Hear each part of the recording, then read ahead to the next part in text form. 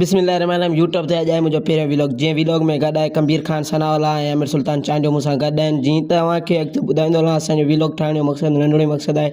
असां हिकिड़ी मेंह वटि बीठासीं, उहो मेंह मूंखे मारे पई। छा जे करे मारे पई कमेंट में ॿुधाइजो, ठीकु आहे। या मेंह विड़े पई, विड़णी में आहे हिकिड़ो सिंग बि टुटल अथसि। हाणे ट्रैक्टर वटि आया आहियूं। ट्रैक्टर जेको आहे माण्हू पुछनि पिया तव्हांजो ट्रैक्टर कहिड़ो मॉडल आहे। असांजो ट्रैक्टर 2021 मॉडल आहे। जीअं त असां हींअर वरितो आहे, 3-4 महीना थिया आहिनि ऐं ट्रैक्टर ॾाढो सुठो आहे। आमिर सुल्तान चांडियो चवे पियो ऐं तव्हां केतिरे में वरितो, उहा रक़म मूंखे अॻी वीडियो में ॿुधाईंदसि ऐं आमिर सुल्तान खे ॿुधाईंदसि। ऐं जॾहिं गाॾी वठी आयासीं, हीअ मुंहिंजे चाचे जी गाॾी आहे जेका 2024 मॉडल आहे, जेका हींअर फील्ड वारनि ॾिनी आहे। स्पेशल गाॾी आहे, जीअं त इन ते सफ़र बि करूं था असां। ऐं जीअं तव्हांखे अॻिते ॿुधाईंदो हलां, इहा असांजे ॻोठ जी हिकु स्पेशल मस्जिद आहे। असांजे ॻोठ में हिकिड़ी मस्जिद आहे, इन जो इहा मस्जिद आहे। अव्हां ॿुधायो इन मस्जिद जो, असीं कमेंट में नालो ॿुधायो कहिड़ो मस्जिद जो नालो रखूं। अञा असां मस्जिद जो नालो रखियो न आहे। ऐं अॻिते तव्हांखे ॿुधाईंदो हलां, आमिर सुल्तान चांडियो जेको आहे तॾहिं आयो, चए मूंखे तव्हांजी औताक़ जो सैर करायो। जॾहिं हिनखे मूं ॾिठो त हीअ असांजी गाॾी खे धिके रहियो आहे। मूं चयो चरिया, हीअ गाॾी धिकबी कोन आहे।